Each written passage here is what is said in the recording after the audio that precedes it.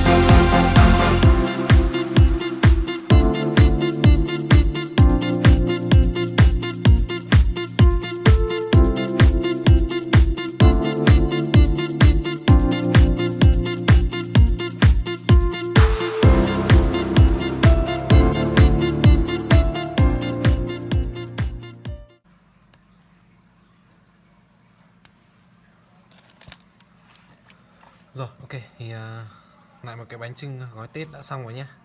Thì đến đây là ok rồi.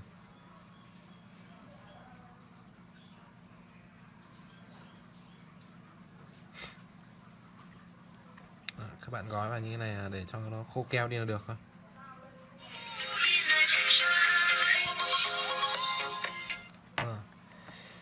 Thì xin chào các bạn nhé. Cảm ơn các bạn đã xem video của mình. Nếu thấy hay hãy nhớ like và subscribe để ủng hộ kênh cho mình nhé. Ok.